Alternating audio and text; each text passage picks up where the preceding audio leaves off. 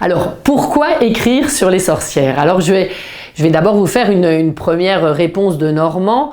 C'est normal puisque j'habite en Normandie la moitié du temps. C'est d'abord je ne sais pas et aussi c'était évident pour moi.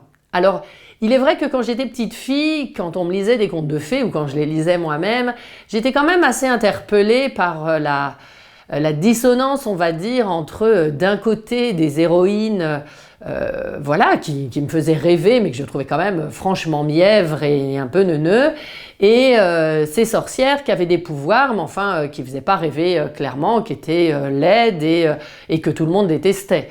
Mais en même temps, j'ai quand même souvenir d'une dissonance dans ma tête et de me dire oh, c'est bizarre quoi, genre est-ce que j'ai vraiment le choix qu'entre ces deux figures-là, même si je le formalisais pas comme ça.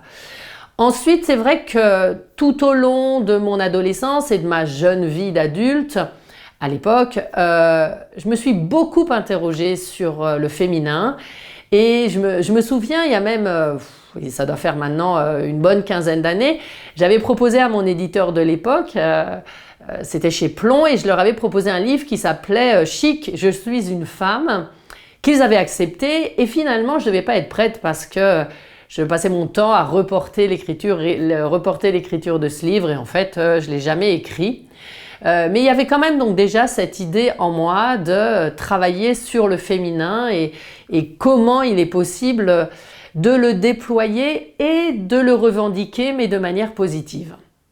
Et après, bon, j'ai eu tout un parcours, on va dire, que je raconte dans le livre, parcours dans le chamanisme, voilà, différentes formes d'initiation, avec la transe, avec des voyages, et dont un voyage qui a été vraiment important pour moi, qui a été, j'ai fait le chemin de Saint-Jacques de Compostelle en entier, en totalité, donc, et seule. Et quand j'ai traversé les bois, et que j'étais seule dans ces bois, contrairement à ce que je pensais, parce que je me demandais un peu si j'allais pas être super inquiète, finalement j'ai adoré ça.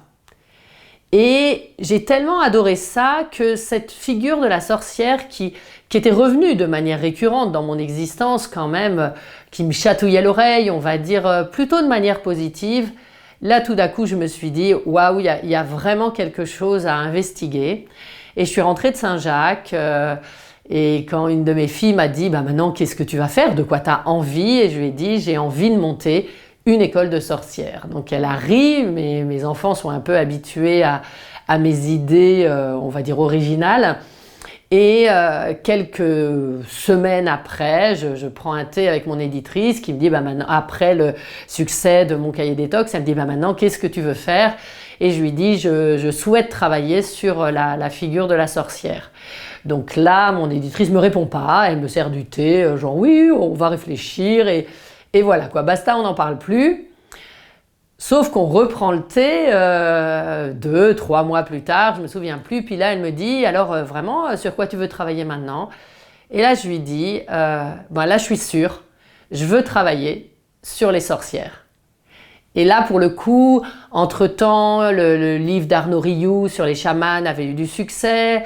Voilà, je lui ai dit, écoute, on peut vraiment faire le pendant féminin du chaman, quoi. Moi, c'est vraiment un sujet qui, je suis sûre que ça peut faire résonance avec le monde, ça peut faire résonance avec les femmes. Et elle m'a dit, banco, on y va. Et je ne peux que dire qu'elle m'a magnifiquement accompagnée sur ce chemin-là. Et voilà pourquoi j'ai écrit sur les sorcières.